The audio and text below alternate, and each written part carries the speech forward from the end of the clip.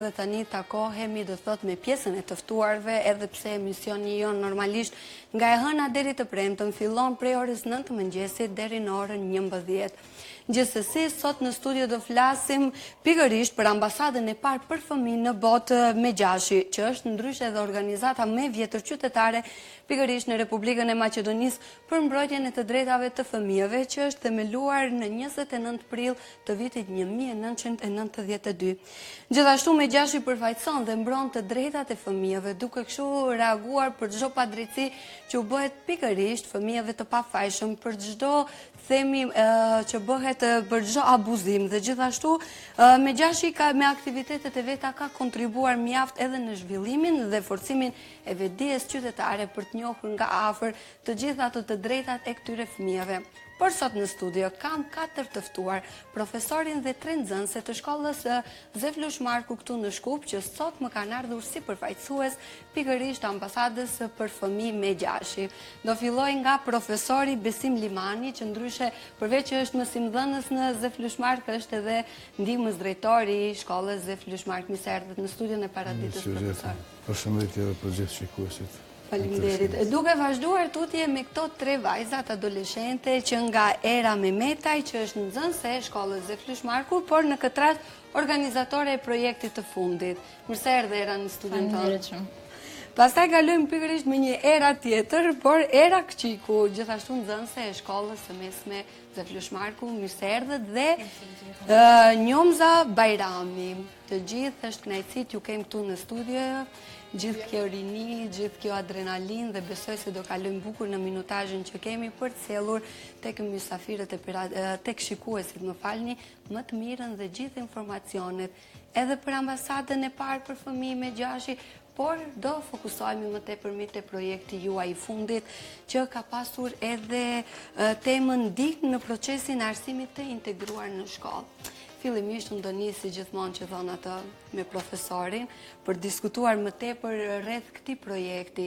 Profesor, si dyje do thot projektin e keni titulluar ndihmë në procesin e arsimit të integruar në shkollë. Po cili ishte qëllimi kryesor i këtij projekti? Po, shkurtimisht ju njoftoj bashkëpunimin e shkollës sonë me organizata të ndryshme jo qeveritare, ndër të cilat edhe me ambasadën e parë për fëmijën e botë Megjashi. Bashkëpunimi është më intenziv këtë vitet e fundit, me qenë se bashkëpunim ka pasur edhe më herët, por të 3-4 vitet e fundit është intensifikuar bashkëpunimi me ambasadën e parë për fëmijë, duke i trajnuar fillimisht profesorët për arsim paqësor e kështu me radhë, dhe disa aktivitete të ndryshme në zhvillimin e vetdijes për paqen, për ajër të pastër, e kështu me radhë.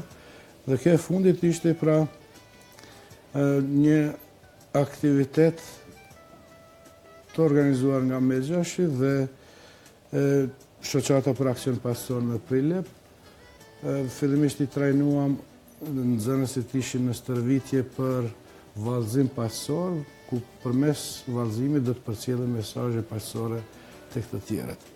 Kryesisht në fokus është dhuna tek të rinjt, tek moshatarët, dhuna psiqike, verbale, e kështu me radhë. Por më tepër do t'ju njoftojnë edhe vetë nxënësit që si e kanë përjetuar vetë këtë pjesë teatrale. Unë personalisht, kur më shkruaj të ndëmëthëm për të qenë pjesë e Paraditës, ishte një kënaqësi e madhe, dhe gjithashtu kur informova që në moshë kaq të bukur, si që shkolla e mesme, por edhe delikate, është adoleshenca, tashmë e dim, fëmijët, mos i quajmë fëmijët që, të vajzat edhe djemë të rinj, të merren sa më tepër me aktivitete të këtij lloji, përveç që rrisin themi atë kontaktin edhe informimin për gjëra të reja, tema të lloj-llojshme, gjithashtu besoj se ju do ju ndihmoj mjaft në atë ndërtimin e fortë të karakterit tuaj që tashmë e filloni. Por profesor, përmendë ordëro.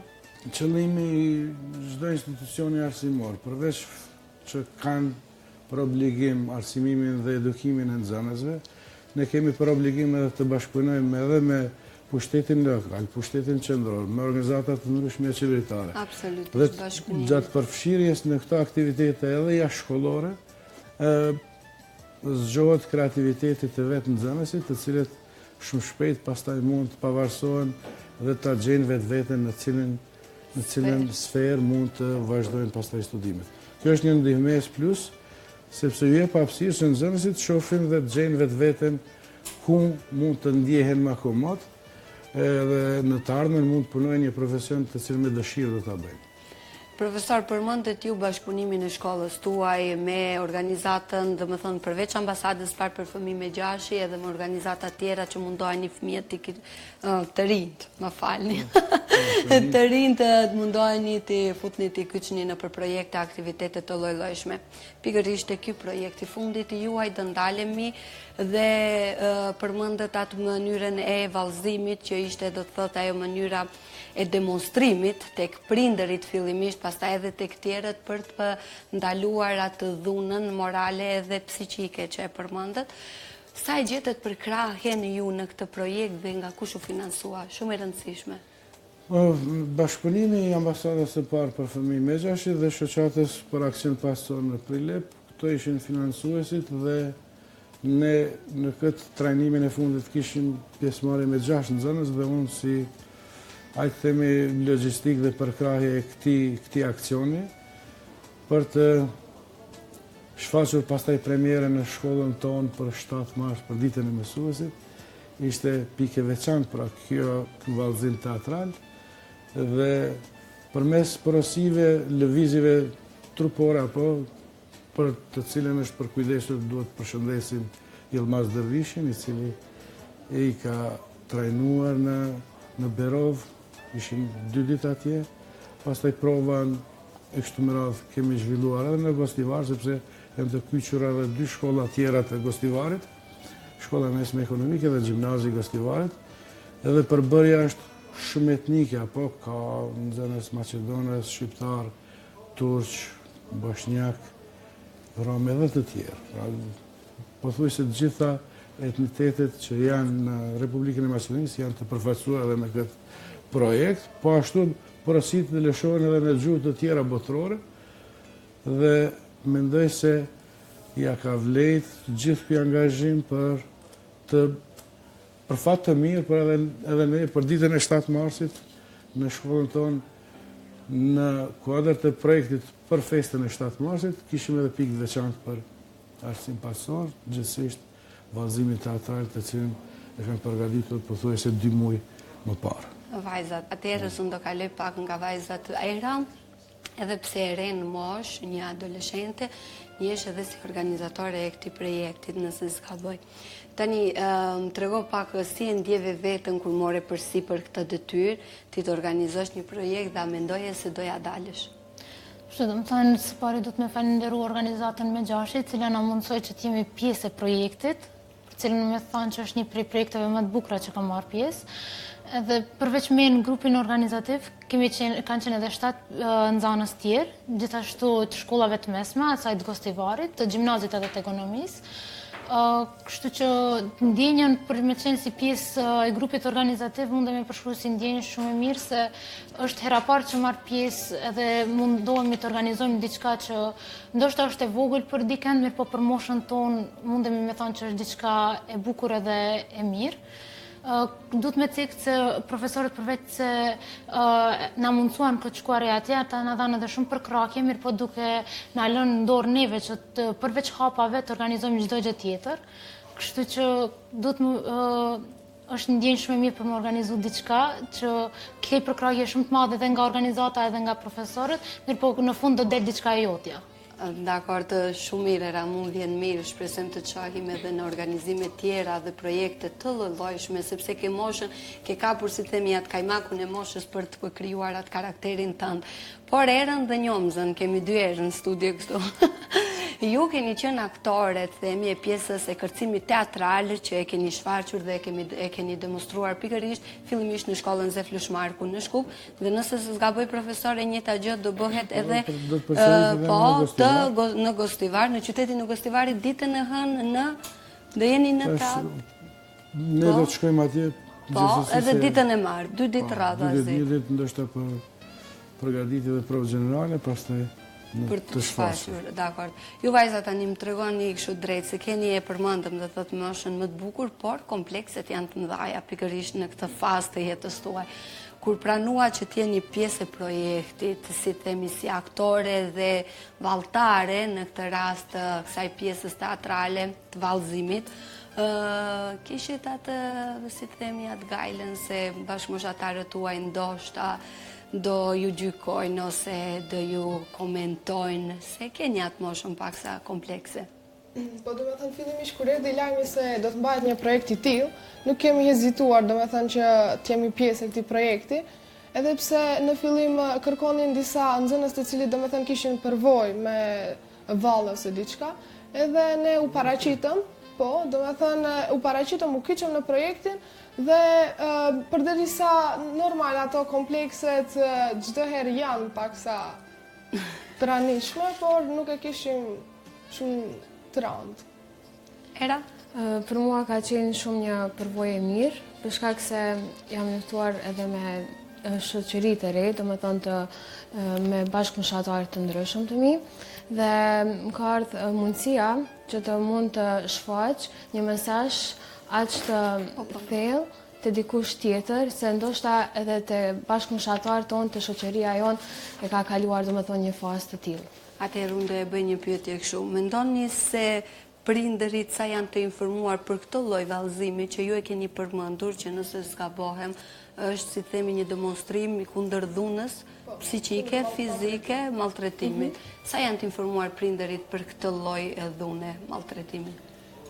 Ne në shkollën tonë pothuaj se kemi mbajt tribuna të ndryshme edhe me prindë dhe me përfaqësues të tjerë në shkollën tonë, duke ftuar edhe musafir të cilët mund të jenë kompetent për dhunën apo reflektimin e dhunës në mosha të ndryshme, por ne më tepër na intereson dhuna që shfaqet tek bashkëmoshatarët apo në këtë fazë, po për shkaqe të ndryshme, po tash mos i numërojmë gjitha shkaqet pse mund të vijë deri te dhuna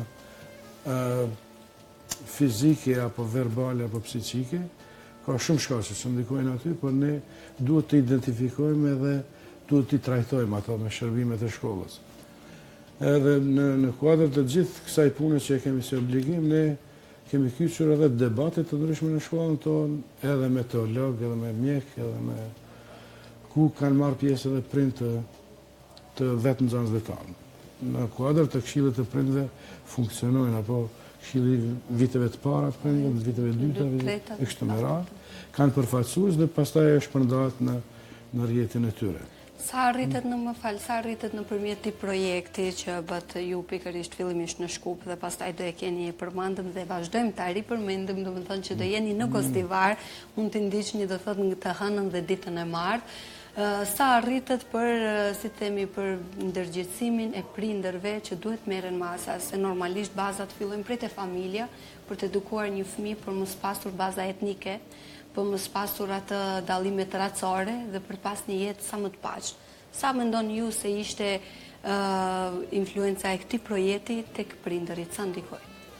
Po, për të mirën e fëmijëve ne vazhdimisht kujdesemi që të funksionojë trekançi didaktik, prind, mësues dhe nxënës.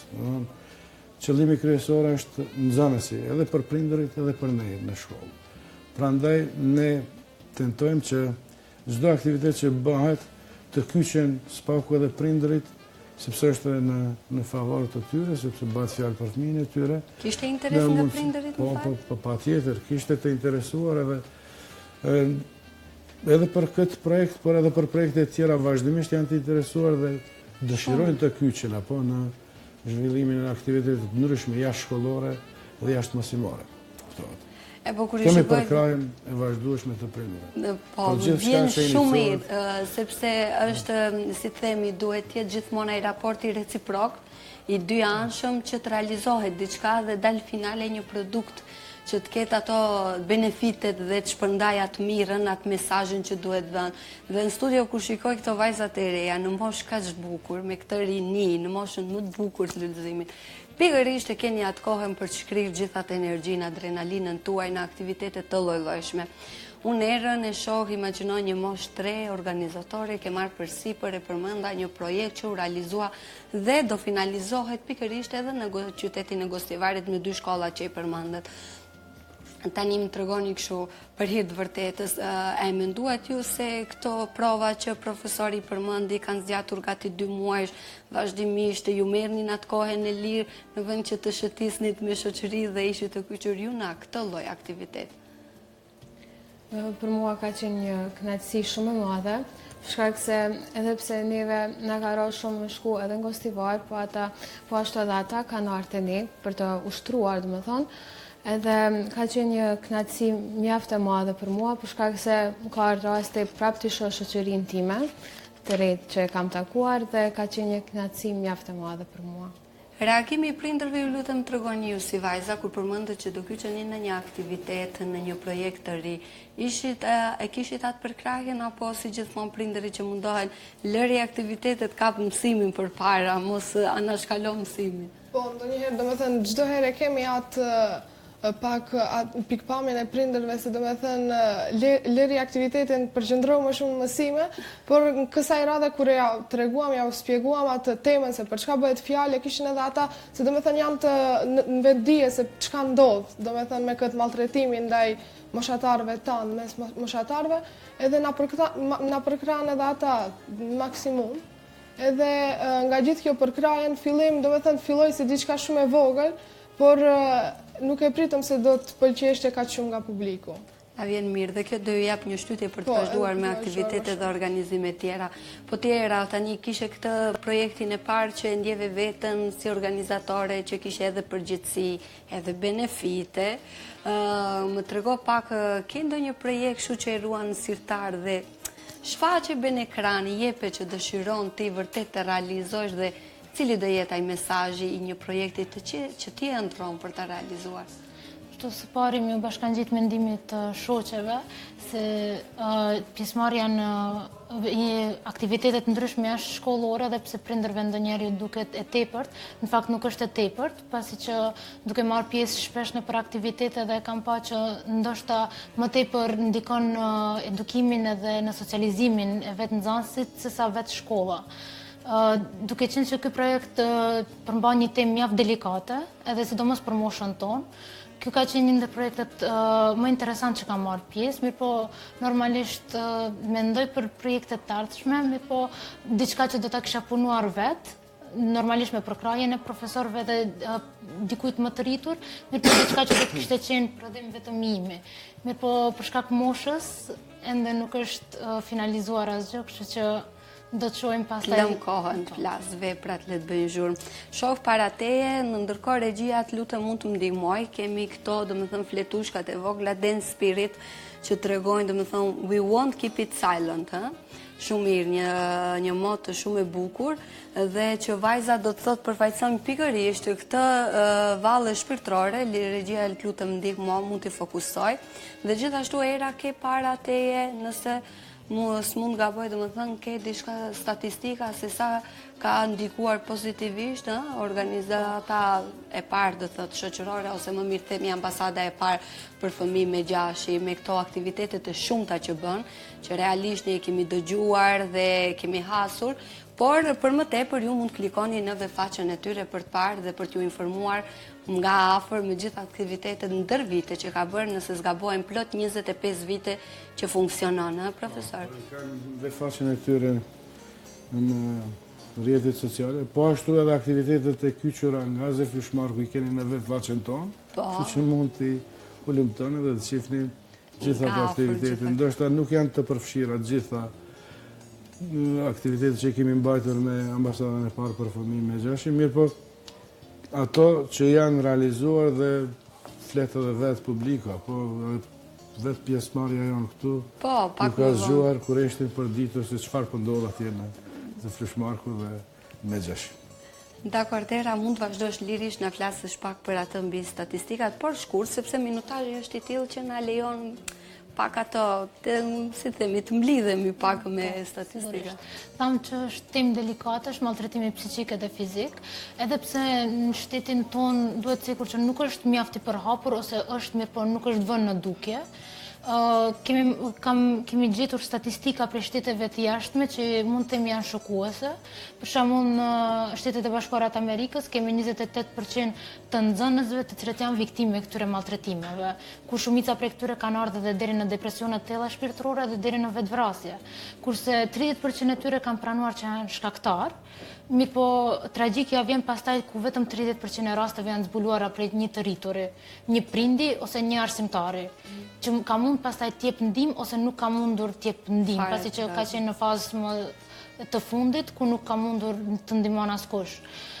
Si fakte kemi vajza edhe djemë të ri, cilët në vite të ndryshme dhe në moshat të ndryshme delikate kanë kryer vetvrasje. Për shembull, kemi Angelën në vitin 2013 është varë në drurin afër shkollës, vetëm që tregon maltretuesve se çka kanë bërë deri në çfarë niveli të depresionit psiqike kanë sjell atë. Pastaj kemi Ashley në 2014 për shkak ofendimeve të dukjes saj, përsëri ka kryer vetvrasje. Kemi edhe Jessicën nga Florida, në vitin 2012 ka bërë vetvrasje për shkak përqeshjeve që ka marrë nga shoqëria. Domethënë, këtë maltretim nuk duhet ta marrim vetëm si ndoshta një fazë shumë e madhe kur vjen. Maltretim psiqik mundet me qenë edhe vetëm një përqeshje ose përbuzje e vogël. Ajo varet si e pranon individi. Karakteri ka të bëjë shumë me atë se si i merr ato qasjen e tjerëve. Unë pak më herët e përmenda tek ju do të thotë që jeni një fazën më të bukur, por edhe me shumë komplekse. Profesor, ne në emisionin ton të Paradites, emision kulturor informativ, çdo ditë më beso, mundohemi sjellim më të mirën për shikuesit duke informuar, duke vazhduar dhe duke rritur atë ndërgjegjësimin e gjithë masës, pikërisht për këtë pjesën. Më besoni, shpeshherë kemi prekur belbëzimin. Është shumë çështje normale tek secili i dytë dhe nga vetë përvoja normalisht ndodh të hasësh në klasë ose në gjenerat persona të tillë që belbëzojnë. Dhe imagjinoni ajo përqeshja që e përmendet, ai depresioni psiqik që mund t'i shkaktojë njeriut ose triut në këtë rast në një moshë adoleshence, një fazë shumë kritike. Pse ndodhin, profesor, mendoni ju se këto konflikte të ndryshme në një kaq moshë delikate, adoleshenca, prej vitit 15 deri në moshën 18 vjeçare? Mendoni ju se vjen rreth parë si pasojë e mungesës së informimit nga ana e prindërve, që është detyrë tek fëmijët e tyre, dhe e dyta, mendoni se është ajo mungesa e bashkëpunimit profesor-nxënës? Po, që të dyja këto që i përmendet mund të ketë pra mungesë të edukatës edhe familjare, por edhe në shkollë, sepse edhe vetë procesi në i zhvillimit në shkollë është proces edukativ o arsimor. Ne për obligim kemi vazhdimisht të edukojmë, por edhe të plotësojmë me një hori të reja për lëmi të ndryshme, sipas kurikuleve të para për gjimnaz. Pra, kjo mungesë për fat të keq, themi, shpesh ndodh që në shkollë të mesme në gjimnaz pa atë edukatën bazë që duhet ta kenë dhe ne duhet vetëm bindërtojmë në këtë edukatë. Po ndodh që duhet kthehemi edhe prej pikës 0, prej pikës 10, mos themi prej 0, se ka diçka që mungon dhe ne duhet këtu pra t'i ndihmojmë fëmijët për fat të mirë të shkollës sonë. Tani këto vitet e fundit kemi edhe defektolog, ato që përmendet për belbëzimin ose pengesa në të folur, psikologë të shkollës, pedagog, tash këto vitet është shtuar edhe defektologja, dhe çdo gjë që vërejmë, apo me njëherë fillojmë me trajtim të shërbimit rreth drejtorisë që i kemi. Në shkollën tuaj, përderisa ka edhe një numër të madh nxënësh këtu në qytetin e Shkupit, ka ndodhur ndonjë rast që ndonjë nxënës nga përqeshje të ndryshme, nga komplekset e lloj-llojshme që është bërë në klasë, në gjenerat, dhe ndoshta ajo masa që nuk është marrë adekuate nga ana pikërisht fillimisht nga mësimdhënësi, mund të themi edhe nga kujdestari i klasës që është përgjegjës pikërisht për klasën, për nxënësit e vet, dhe është detyruar të lë shkollën përgjithmonë ose të largohet në një shkollë tjetër. Për kemi në rastet të tilla nuk mund të klasifikojmë si të tillë. Ne përmes klubit për arsim pason në shkollën tonë, pra kemi trajnuar edhe 12 mësimdhënës të cilët do të janë adekuat për trajtim të arsimimit paqësor. Prej tyre pastaj kemi mbajtur punëtori edhe me kujdestarët e klasave, po ashtu pothuajse nga çdo klasë ka nga një në aktivitete të ndryshme paqësore, kështu që shumë shpejt mund të identifikohet nëse ka një rast të tillë. Edhe më njëherë fillon pastaj trajtimi në bazë, në klasë, bashkësia e klasës, pastaj trajtojnë me kujdestarin, thrasin edhe prindërit, por nëse ka nevojë për ndihmë institucionale, vazhdon te drejtoria me shërbimet e trajton dhe nuk besoj që mund të lëm hapësirë për me ardhur të vetvrasit për shkaqe të dhunës. Jo, fatmirësisht identifikohen më herët. Po. Pra, po them, funksionon klubi për arsim paqësor në shkollën tonë dhe ka të përfshirë pothuajse në grupi i fundit ishin 6 nxënës në këtë aktivitet, ka aktivitete të tjera me nga 100 nxënës, kështu që gjithë janë të njoftuar, gjithë janë të sensibilizuar për çdo gjë, përcillet shumë shpejt dhe mund të identifikohet shumë shpejt dhe trajtohet me kohë. Po, por unë nuk e di pse jam kurioze në këtë moment të shoh të vajzat njëherë mendimin e tyre. Pse mendoni ju që një bashkëmoshatar përqeshet nga gjenerata? Shumë e kam, si të them, pikë të dëgjoj atë mendimet tuaja. Pse ka shtuar edhe këtu diçka. Por pastaj le ta shprehin mendimin se këto janë drejt për drejt në target apo të dhunës mes moshatarëve. Trajtimin që e bëjmë në shkollë këtu, apo mund të ndikohen edhe dallimet klasore, apo mund të ketë fëmijë të shtresës pak më të pasur dhe atyre pak më të varfër, absolutisht. Ne kemi tentuar vazhdimisht të timbulojmë këto dallimet përmes unifikimit të nxënësve me uniforma, ose që shumë rand ka funksionuar, sepse është një vendimi i shkollës, ishte i këshillit shkollës për të sjellë uniformat edhe përderisa ato vite, besoj se edhe këto e kanë arrit kjo gjenerat, edhe janë ndjerë më mirë dhe janë ndjerë më të barabartë. Absolutisht, uniforma e ka. Me që me ligj nuk është rregulluar në Ministri të Arsimit, ajo mund të thuhet se ishte një vendim i përkohshëm I shkollës su. Po i shkollës sonë, se nuk mund të ketë masa ndëshkuese, po që se nuk aprovohet nga vetë nxënësit, prandaj do ngeli ashtu siç zbatimi I saj do të ishte mbulesa e dallimeve klasore, shtresore të shoqërisë kështu me radhë. Absolutisht. Këtë e kemi diskutuar se tani kaluam asaj pyetjes, por do I rikthehemi. Në thotë se uniforma mjaft I jep atë efektin, sidomos në moshën e adoleshencës, për qenë gjithë barabartë. Nuk e lënë anash ato moda të ndryshme, nuk jemi kundër, secili sipas edukatës familjare le ta zbatojë jashtë hapësirës shkollore, por është shumë e rëndësishme brenda në klasë, se si vishen që sidomos ato pjesët në klasë duhet të reflektojnë të barabartë. Absolutisht, kanë moshën më të bukur, ja siç e shihni vajza do të thotë kanë atë bukurinë e tyre natyrore, nuk ka nevojë edhe për ato make-upet e tepruara që shpesh ndodhin t'i shohim në shkolla të lloj-llojshme. Por profesori me përgjigjen e tij ma anashkaloi pak pyetjen që ju bëra. Pse mendoni ju se vijnë këto përqeshjet në gjenerat, në klasë, pikërisht në moshën që jeni? Si që përmendi edhe profesori më herët, njëra prej shkaqeve kryesore mund tjetë edhe klasa shoqërore. Si do me thënë, kemi klasa më të larta, klasa më të ulta. Ndodh akoma, më falë, që vërtet mund përqeshet një bashkëmoshatar për shkak të veshjes jo adekuate ose për shkak mungesës materiale, vazhdon kjo gjë në shkollë? Ndoshta nuk ka ballafaqime direkte, do me thënë drejtë në sy, por ka edhe tërthorazi. Edhe ndoshta ajo mund ta kyç, do me thënë, nxënësin në vete, edhe mund të çojë edhe deri tek vetvrasja ose pasoja më të mëdha, siç përmendi më herët shoqja. Era, ti çfarë mendoni? Unë mendoj se po ashtu, do me thonë si pasojë këtyre gjërave, janë të ngacmuar edhe ata fëmijë apo bashkëmoshatarët tonë që mësojnë shumë. Faktikisht ata janë të përqendruar te mësime dhe mundohen, do me thonë, që ata vazhdimisht të arrijnë një sukses në jetë, të përqendrohen në ndonjë drejtim. Dhe faktikisht disa prej moshatarëve shoqërisë, që të themi janë më cool, edhe mundohen që mundohen që t'i përqeshin ata duke thënë që nuk kanë shoqëri apo diçka tjetër. Vetjak, vetëm libra fletare, kemi kaluar gjithë të faza, po urdhë.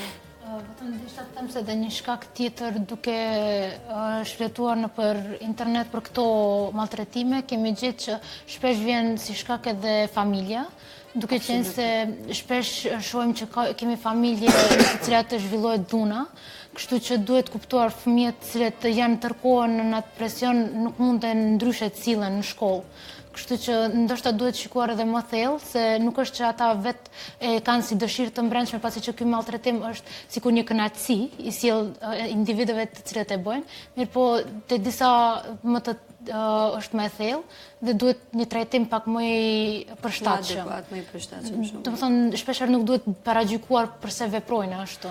Absolutisht, se nëse futemi tani tek pjesa penale ose themi tek delikuenca e të miturve, të gjithë ato që studiojnë drejtësi, juridikun rreth parë mësojnë se çdo fëmijë është reflektim i familjes, që do të thotë një fëmijë, një nxënës ju për profesor që e keni shumë problem, një nxënës i zhurmshëm ta dini se është pasqyrë një familje të zhurmshme, ndonjëherë edhe të dhunshme, një fëmijë nxënës i tërhequr është gjithmonë pasqyrë e një familje që nuk komunikon shumë mes veti.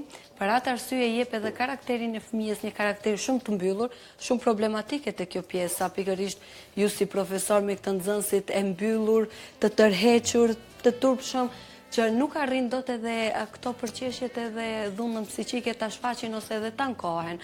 Por unë do kisha pyetur ju, a mendoni se është mirë çdo klasë të ketë një përfaqësues anonim, që mos e ditë klasa se kush është, pikërisht nga mesi i tyre, nga klasa, një nxënës e një nxënës, që të, nëse mos themi çdo ditë, po çdo javë, t'jap një raport në një këshill të formuar në shkollë për ndonjë përqeshje që i ndodh bashkëmoshatarit. Mendohet se kjo do jetë më efektive për të arritur deri tek parandalimi preventiva për probleme mos vijnë pasoja më të mëdha. Po zakonisht ashtu funksionon. Kanë bashkësinë e klasës ku janë 5 anëtar në bashkësinë e klasës. Njëra për shembull është kryetar, njëra e tjerë nën kryetar, sekretar, dhe kështu funksionon. Prej tyre këta mos së shumti e dinë dhe më së miri e dinë situatën e secilit nxënës tjetër të klasës. Absolutisht. Dhe nuk pritet java, se mund shkon shumë brenda ditës ndodhin çuditëra. Po, mund ndodhin çuditëra, prandaj këtë mënyrë përcillen te kujdestari i klasës që kujdeset për klasën. Po nëse shef kujdestari se ka nevojë të ftohet prindi, ftohet edhe prindi. Po edhe tek ata që reflektojnë dhuna, po edhe prindin e tyre ftohet, trajtohet në shërbim pedagogjik, psikologjik. A keni pasur edhe reagime shumë negative pikërisht nga prindri i këtij fëmije të dhunshëm? Ka reagime të ndryshme, po ne duhet t'i trajtojmë ato. Edhe varësisht prej gabimit që ka bërë, ne kryesisht tentojmë të parandalojmë apo reflektimin e dhunës fizike. Përmes dhunës verbale që mund ta shprehin, apo ne mund t'i parandalojmë dhe mund t'i stopojmë për mos të ardhur deri te këto siç përmendi dhe era raste të ndryshme në botë që kanë ndodhur. Por vajzat, kjo pjesa më e rëndësishme, si themi nxënës profesor, prind nxënës profesor, një raport trekëndësh që duhet mirëmbajtur dhe duhet vazhdimisht në kontakt për të sjellë më të mirën.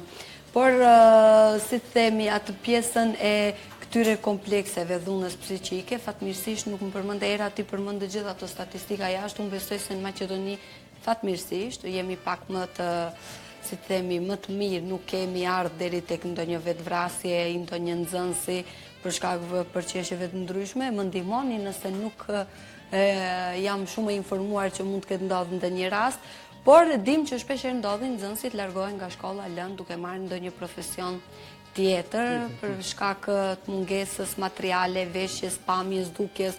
Tani më profesor na ka ardhur moda, nuk vijnë fëmijët edhe pa vetura luksoze, i bëjnë 18 vjet, marrin patentën, modat në matur, këto gjëra, po si do i ndalojmë dot? Nuk besoj se mund ndalohen, por mund të orientohen ka çështjet pozitive. Nuk trendet botërore nuk mund ndalohen, por në vend se të mund t'i parandalojmë efektet e dhunës verbale që të mos vjen deri te dhuna fizike dhe mendore, psikologjike, ka lloj-lloj dhune. Këto trendet botërore besoj se shpejti mund vinë edhe te ne.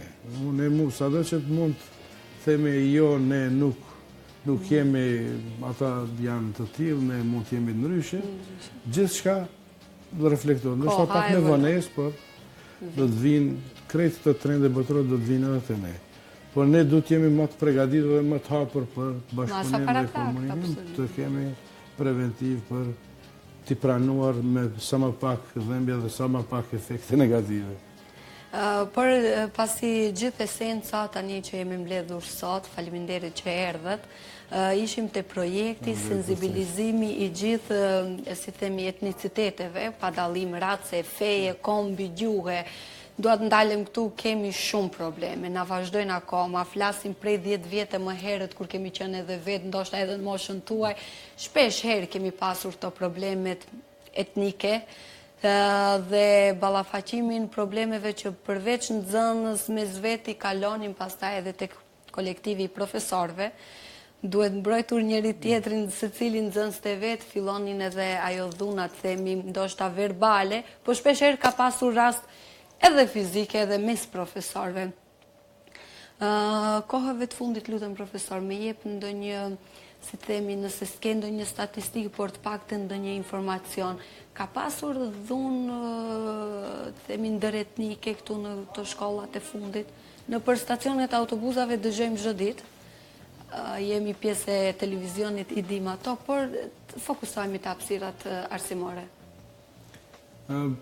Të flasim për këtu në Shkup apo në Shkup, ndalemi një në Shkup se këtu akoma më tepër është e theksuar, absolutisht. Gjithë ato që ndodhen në qytetin e Shkupit dhe në Republikën e Maqedonisë, ne kryesisht te shkolla jonë tregova se i parandalojmë gjithë ato mundësi që ipen për t'i parandaluar dhe kryesisht nuk kemi përjashtuar nxënës, por kemi dërguar në shkollë tjetër nëse ka ardhur deri në dhunë fizike. Ose ka vazhduar të ne i shregullt, vazhdan në shkollimin, si i shregullt, ndërsa në këtu kryesisht në Republikën e Maqedonisë ka stereotipe të shumta, po për komsi të ndryshme që jetojnë këtu, ose për bashkit. Kjo reflektohet, sidomos keq përdoret shpesh edhe nga politika, po këto raste fryhet në baza nacionale një çështje, për t'i ra ziles atje të nacionalizmi, për t'a mshehur gjendjen reale dhe faktike, ekonomike dhe shoqërore. Vazhdimisht, pra ka, nuk po themi se gjitha partit politike, por disa partit politike në kuzhinat e tyre gatuajnë brumrat të tillë, për të fryrë nacionalizmin, për të shpërqendruar vëmendjen nga jeta reale. Po unë si emision kulturor kështu i iki vazhdimisht kësaj pjesës politike, si jo për diçka tjetër, sepse kemi një staf tërë që merret pikërisht me informimin e masës, me lajmet e fundit, me ngjarjet e fundit, por unë dalem te e bukura. Aty më pëlqen të informoj dhe pasi jemi me mëngjes, emisioni mëngjesit, dua bukur tani si shikuesit ditën. Tani regjia të lutem më ndihmo, disa foto na kanë sill vajzat pikërisht nga projekti i fundit, që mundet edhe ti komentojmë dhe në ndërkohë Njomza dhe Era, të që keni qenë edhe, si themi, si aktore e këtij vallëzimit, lutem më shpjegoni, kishte edhe një emër tjetër ndryshe që njihej vallëzimi juaj, shpirtëror, Dance Spirit, vajzat i keni edhe me një lloj uniforme që tregojnë, mund të komentoni edhe fotot në ekran. Këtu jemi në Berov, në trajnimin 2 ditor, duket është dita e fundit. Po, është dita fundit pasi që kemi përfunduar me trajnimin. Kemi edhe profesor brenda, është një profesoresha nga Gostivari. Këtu është grupi, një pjesë e grupit në fakt. A jeni këtu vetëm shqiptar ose një shumë nacionalitete? Është edhe shumë e bukur. Janë edhe maqedon. Po, foton tjetër të lutem regjia për të vazhduar tutje sepse edhe minutazhi imagjino pas kemi kaluar kulmin sot. Këtu gjithashtu jemi në Berov, atje po sa i mbaruam trajnimet, këtu ishim jashtë duke shkuar drejt sallës për të vazhduar ende. Po, foto tjera, më falni. Kishit edhe foto, kjo është në Zefnish Mark Kjo në është Shqipëri. me 7 mars, kur është mbajtur premiera e kësaj, do me thënë, vallëzimit, me 7 mars, do me thënë.